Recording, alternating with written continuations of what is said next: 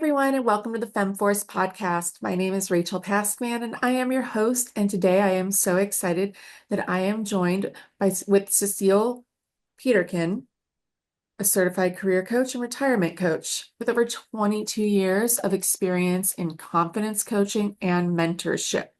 She's going to talk to us about being the president of Cosmic Coaching Center and all about her recognition for 100 ABC Women, for her contributions in the community, and her career transitions, leadership development, and mentorship. So thank you so much for being here, Cecile. I'm so excited to have you.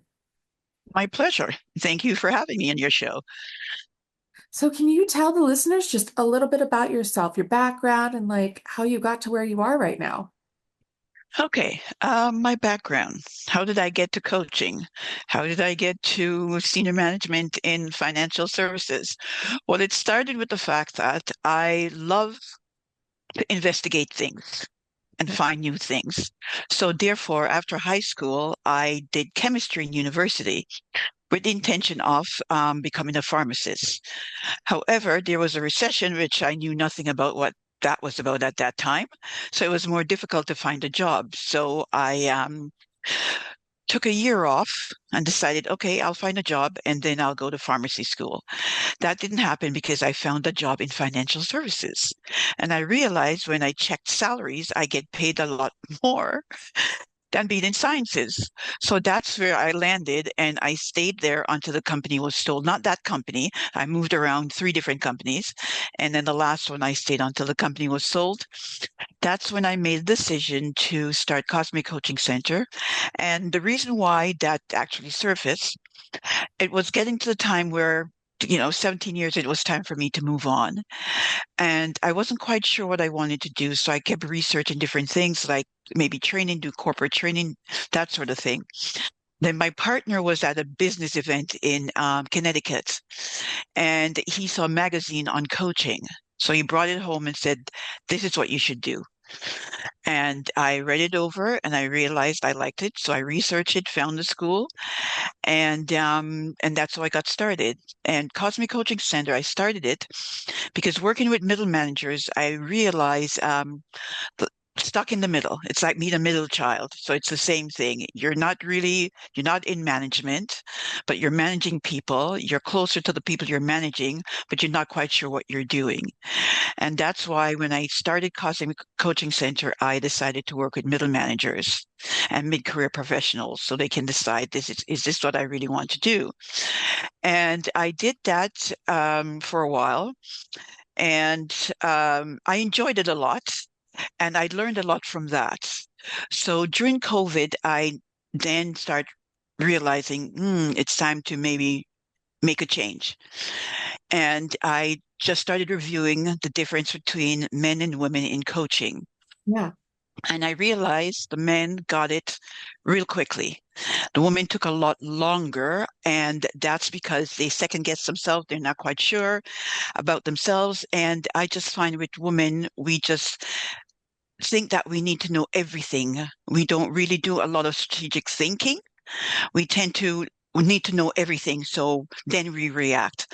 And in doing that, and also just working with certain individual women, and asked them questions about how they transition at work. Because what I also found was, and this is just my theory, but what I found working with women, if they have a father figure that's I don't want to call him dictator, but definitely is the command in that house and make all the decisions.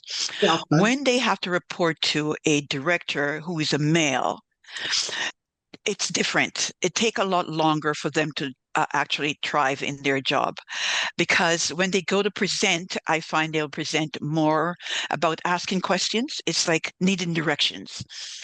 And because I will walk through everything on their presentation and they'll say, "Oh, it didn't go well." And I said, "Why?" And then I said, "Just run through the whole thing, what you did." And what they'll be doing is asking for direction, asking in the sense that it comes out like instead of a statement, it's more of a question. Am I on the right track?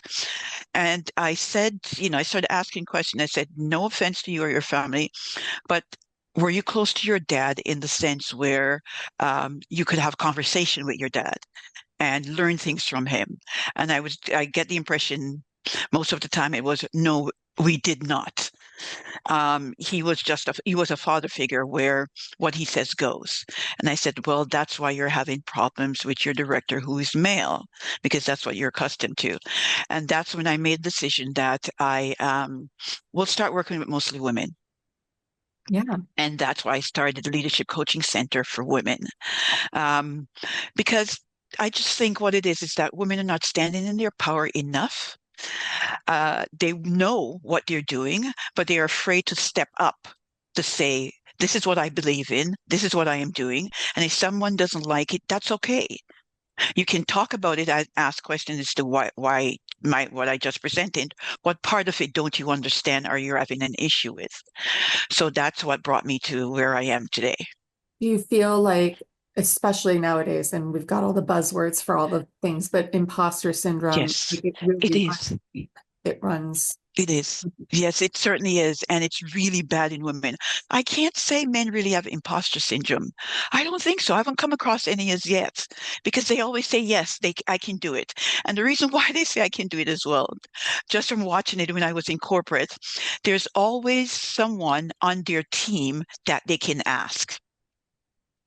Whereas I don't find, I'm not stereotyping or anything, but just observation, women don't really back women as much as how men will back men and help them with their work until they get to that point. Because I find that, you know, I would say in the last 20 to 25 years is where women are actually getting a footing in corporate. So I think that's why they're a little bit afraid to bring someone along with them, not realizing that's what they should be doing, not being afraid of it, because in bringing someone along with you, you're also learning from that person. Also, token. So I think that's what it is. Yeah, Yeah. the woman. You can only have one woman on the team or one woman doing. And once there's one, there definitely can't be two, let alone like a woman of color or, a woman with a, Exactly. that can't happen. Right. You're so right. It's so true. And that's another reason why I instantly left the company that bought my company, because our management team consisted of men and women reporting to the executive vice president. And I would say more than likely, if I really think hard enough, it was equal footing, or there were more females than actually male on our executive team. The company that bought our company, there was one woman on that team. And I thought, no, I can't stay. One, they really don't need any more management. And two, if they only have one woman, I don't think they want two, three, or four. And that's what pushed me to leave. And it's true. There's a woman there, so we've got that number. If it's a woman of color, we've got a woman of color, or we've got a man of color, so we don't need any more. So you're correct in saying that. That's exactly what it is. Yeah. I mean, do you feel like mentorship is a great way to try to kind of nurture this and try to bring people out and kind of bring them forward? And what are your tips? Yes, it is. Yes, definitely. And I highly recommend mentoring. I love being a mentor because even when I was working in corporate, I mentored a lot of the people that were there. I just look at the ones who had the potential, and I'll say, if you need anything, want to get in the company, just come to me and I will mentor you. I'll show you how to do it, how to speak to senior management. That's it.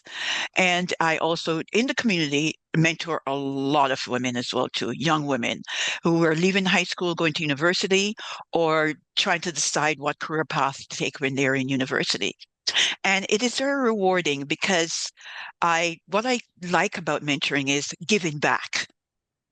Yeah. It's giving back and just see that person grow and see that person really blossom into something that that person didn't even expect that they would be able to do.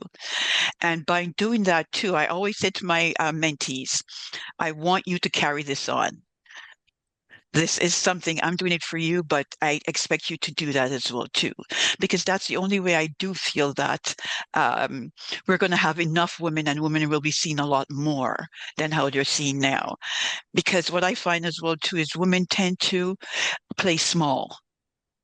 Yeah. They won't speak up, and Yes. when they do, it's it's as if they're asking a question or they're speaking too low. So the men in the meeting will speak over them, and then they'll start speaking. And so I'm not saying we are to be blamed, but it's in a way, I think it's just how society is set up. And I also think it's how we socialize as men compared to women.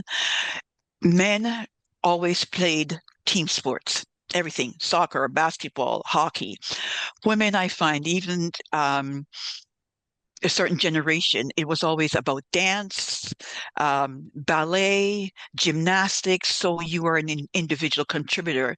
There was nothing team in it. So therefore, you're not accustomed to working with women on a team environment to show what you can do when you are a team, how much more you're successful and what you can do to actually branch out on your own after you finish working on a team. That's my philosophy around it, actually. Makes so much sense though, too. And I mean, just the obstacles that they're facing during their time, like to even then think about doing a career change, that has to be super, super difficult because of all of these barriers that we're facing against. What are your strategic approaches for thinking of, if you're finally reached that like breaking point and you're like, I'm going to do a career transition, what is your strategic approach to try to do that? Uh, Start with a plan. Start with a plan by looking at before you leave the company, is you start with a plan as to why am I choosing to leave that company? If it's in the sense that you're not getting anywhere and you can't see where you're going to excel from where you are in that position. Now, I suggest what I said in the plan, and if I'm working with a client, I'll say, is your manager approachable? Yeah. They say yes. Well, you need to go to your manager and speak to your manager as to where do you see yourself in 3 years or 5 years. Because I think what also happened is a lot of people, and from experience that I've noticed, a lot of people expect the manager is the one that should do their performance appraisal, and they don't add anything to it themselves. And so they don't say, well, this is what I want to do in the next year or 2 years or 3 years. It's whatever the manager said that's supposed to happen, they go along with it. So I'll say to them, on your next performance appraisal, make sure you're involved. So you're speaking as well um, as the manager is speaking to you. So they can know exactly what your position is all about. Because I also will ask them question like, what type of manager do you have right now? Do they walk around and speak to you and know what your strengths are? If they don't, that simply means you should to make sure if your manager isn't doing this, you should start setting up monthly one-on-ones. Just say to the manager, I love this company and I would like to excel and grow in this company. I'd like to discuss my future with this company. And that way, that person can get to find out how do I move up?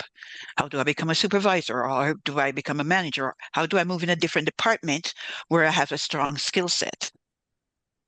So it really requires planning before you actually leave that company because it costs so much for a company to replace a really good employee. Yes, it does. The training and the hiring and the whole shebang. Yes. Yeah.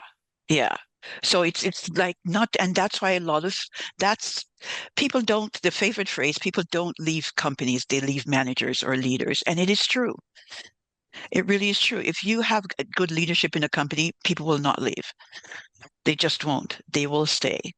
And if you're brave enough to approach your manager or your leader, you should do that before. If you're not brave enough or you have done it and it's not working, you still need a plan. And the plan will consist of if you have a family, is your paycheck necessary? Yeah.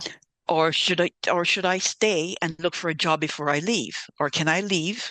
And all these things should be discussed at home with the family, your husband, your kids, depending on their age, just to make sure that things will still run smoothly at home. And also be real with yourself. And there's so many assessment online, and with my clients, I give them assessments as well to find out what their strengths really are.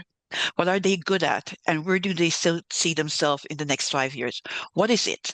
What is their purpose? Do they know their purpose? What do they want to do when they leave this company? Or what do they want to do in this company before you can actually start to transition into your job or into a new role or into a new company for that matter? Yeah. I mean, when you're doing all of this, what if it's not the manager? What if it's the company and the company values that have changed and you're looking to just switch completely into a different company?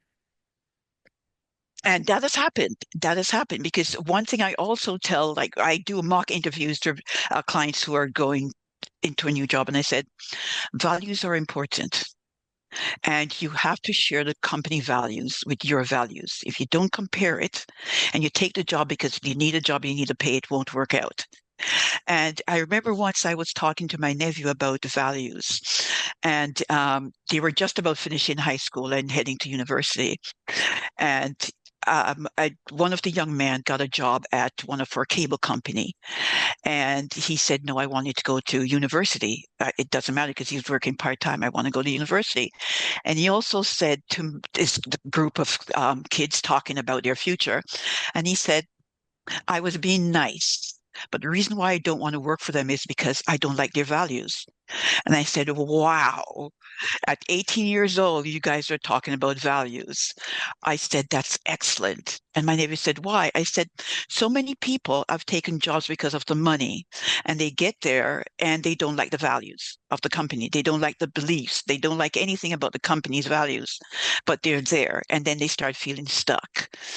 So knowing the company values, and if it's not written anywhere, you should ask in an interview, what are your values? Yeah. So it's a lot of like internal you Definitely. have to think about also. Yes, exactly. Exactly. Yeah. And what I find with people at interviews, because they want the job, they're afraid to ask. And I'm saying, no, no, no. It's a relationship. Yeah, It is a relationship between you and the company. So you need to ask. Yeah. 1000%. And I know that you have talked about this concept of self-leadership and its significant Yes. personal growth. Can you explain self-leadership and exactly what that is? Yes. Self-leadership is being able to lead yourself. And leading yourself simply means you have to be open and honest with who you are. And I have a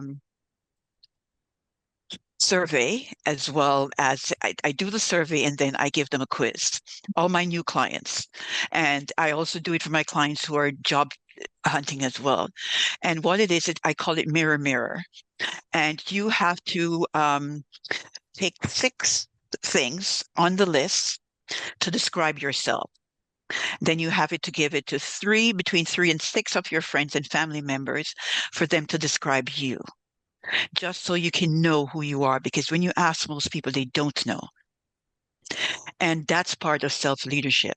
It's knowing exactly who you are, including knowing your values, including knowing simple things like what makes you tick. Um, you know, how do you approach a conversation, a difficult conversation? How are you emotionally? Um, how are you? How are you when your back is up against the wall? Do you become frantic or do you just work well under pressure and everything is done? It's just simple things like that is being aware of who you are. How do you communicate? Do you listen to the other person? If you're a manager, you're already a leader. The person, you're up there and the person is down there. How do you really sit? How do you do you let the person start speaking first, or do you speak first?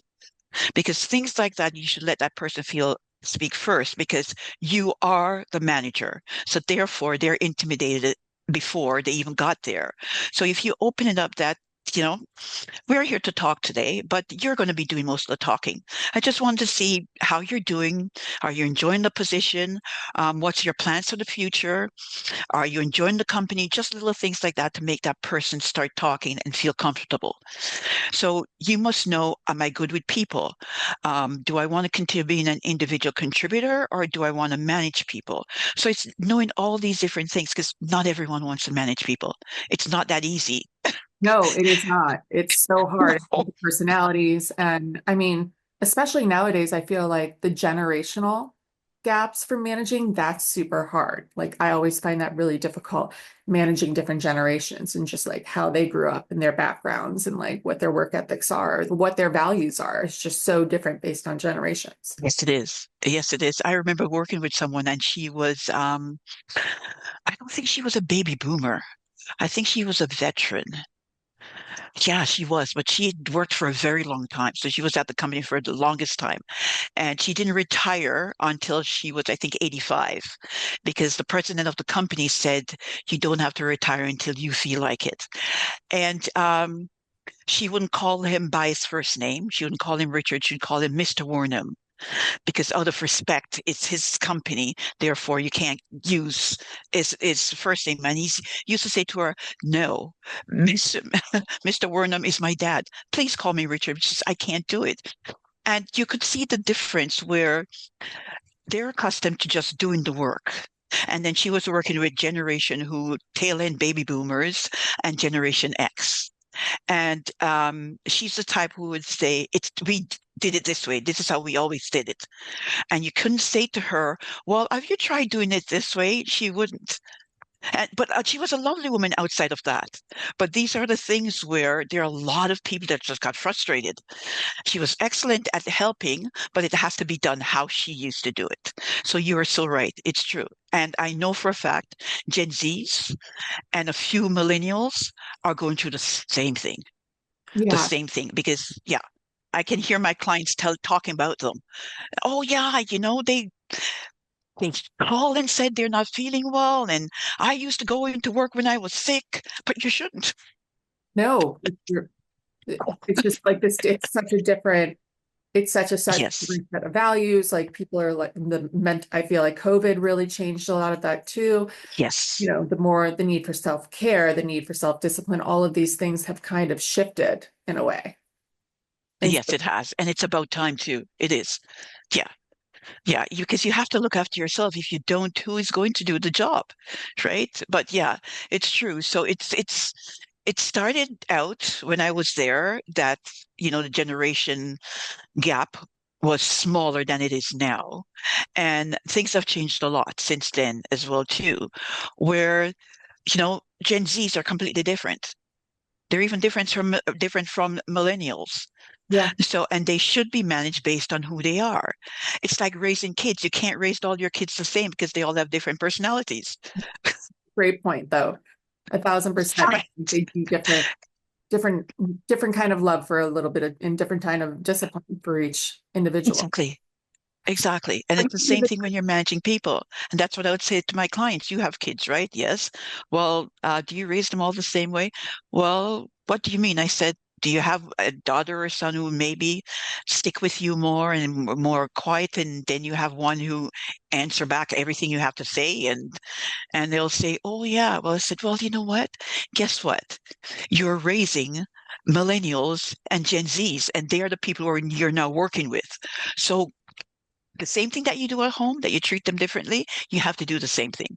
It's just a label. People label them. Yeah. Do you have any advice for managers? Because like that's a lot though to handle. Like you're already trying to do your own workload, and then Yes, it is though. it's- It is a lot, and it's a lot to handle. But what I found, it make your life easier as a manager. You get more respect as well too. You get a lot more respect. So if you went to this person, and because you're treating them like a person and not like, a Gen Z, and you went to them and says, "Oh, geez, do you have some time to do this for me? This is what it is, and you learn a lot from doing this." The person will say, "Oh, yes," because the manager is trusting me enough to do it, and it's something that it's going to show that I'm capable of higher learning and doing bigger jobs. So it's in the approach. And I know there's a lot of resentment between the Gen Zs and a lot of people who are managing them, but times have changed. And if you're a parent managing, or raising a child who's a Gen Z, you already see that difference between if you have a child that's a millennial. So, and it's the same thing overflowing in the workplace. So, and it is a lot of work, but I find it rewarding when I was managing people. I really did find it rewarding. But again, I genuinely love people. And the younger they are, I just feel it, my purpose and my need to give them a good experience in the workforce to set them up for success. So when they leave that company, they can walk into another company and know exactly what you're doing. yeah, no, 1,000%. And that just makes so much sense. I feel like also companies need to start giving tools to managers to try to help them learn how to manage and to learn how to like work through these things. It's really hard when you reach that point in your career and they're like, here's some people, start managing. Yes. Yes, you are right. And one thing when I'm doing any corporate training that says do not make an individual contributor that has done well on the job manage people. That's their forte. That's their niche. That's their superpower, individual contribution. That doesn't mean they're good at managing people. And most of the time, they're not. They just like to be focused on the one thing they're doing, and they're not going to be grooming anyone to take it over either. And that's one of the biggest mistake companies can make is turn an individual contributor into a manager to manage people. It shouldn't be done. And to your point, I remember the company that I worked for, what we did was we brought in a lot of outsiders to train the managers as well as train their staff how to deal with the manager. And what I used to say to the managers that reported to me is the moment you get a new person on your team, you're going to have a team meeting. The first day they enter, you have a team meeting.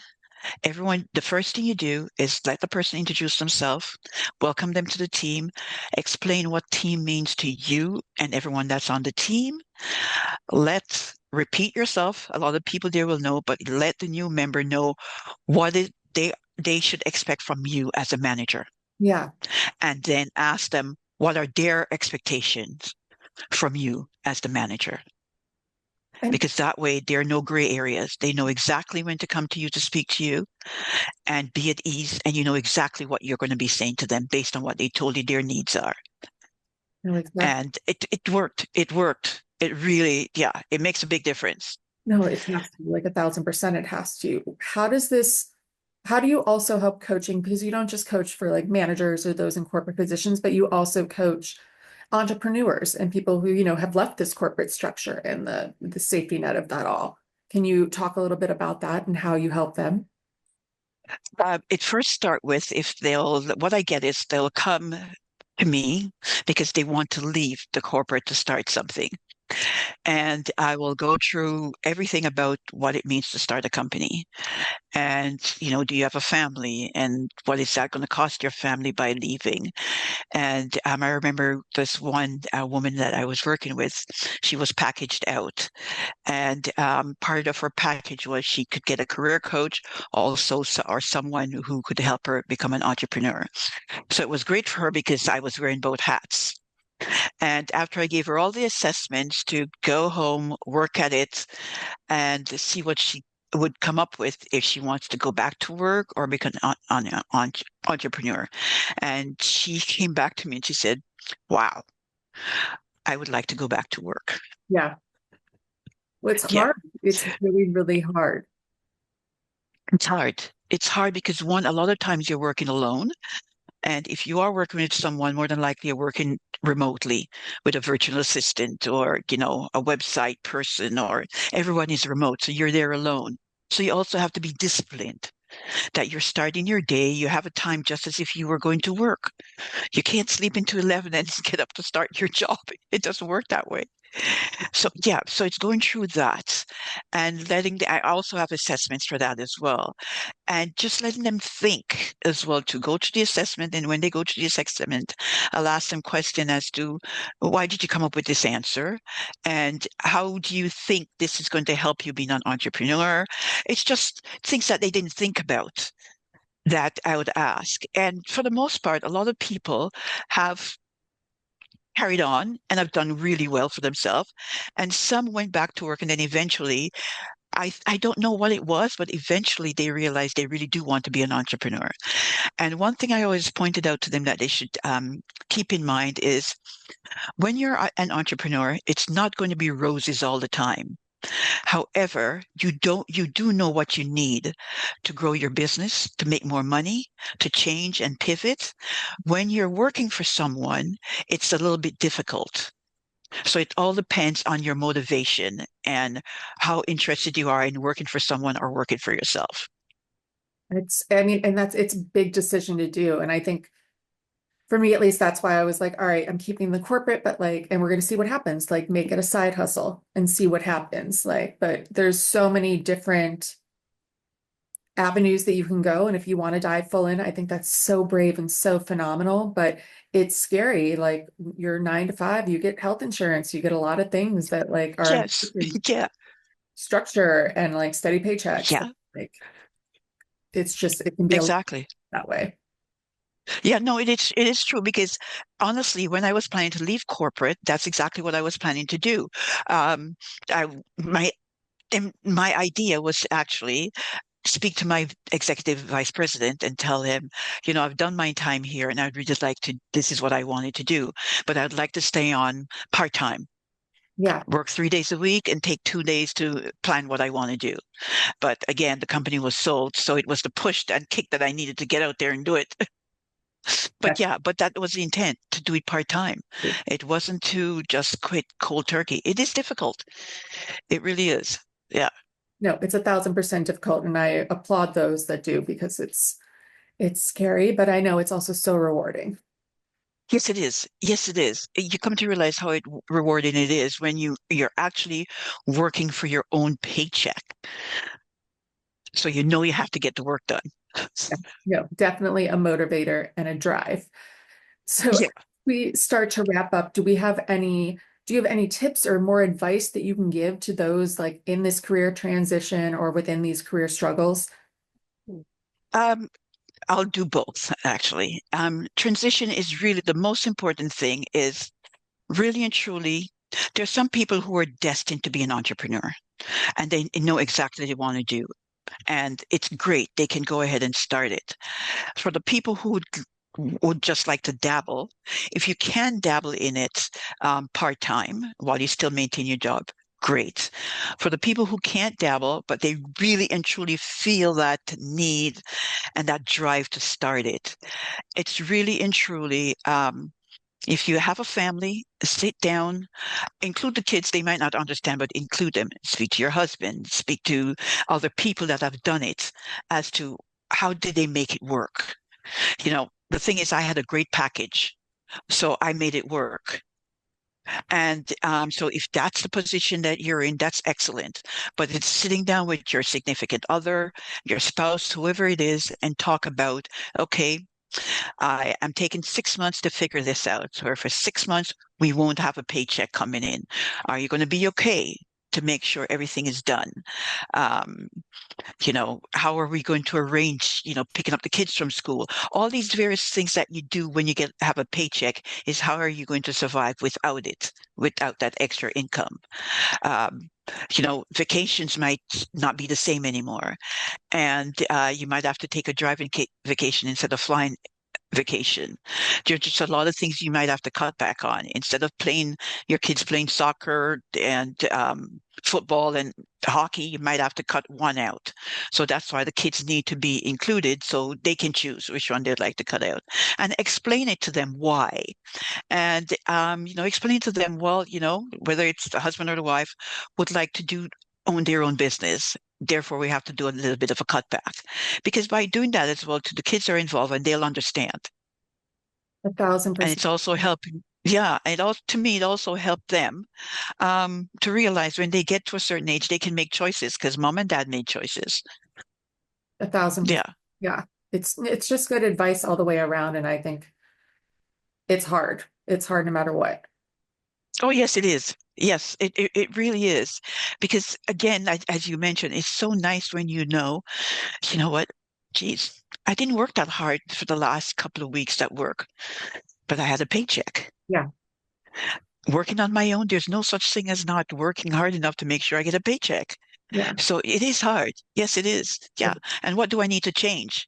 You can sit at your job for years and do the same thing and you'll still get paid.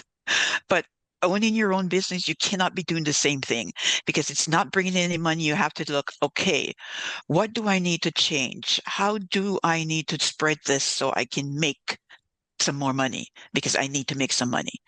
So yeah, No, these are the little things you have to prepare yourself for. exactly. And it's a tough world out there. Well, shameless to Yes. plug yourself. Please tell the listeners where they can find you, where they can follow you, all of the things. LinkedIn, my website, which is leadershipcoachingcenter.com. I am on Facebook, Instagram, and WhatsApp. Awesome. And those you can find me under Cosmic Coaching Center Awesome. because I haven't pivoted on those as yet. Yeah, totally perfect. Thank you so much. I think this is going to be great, and I hope everybody got something out of it. I know I did, and I look forward to seeing you next week.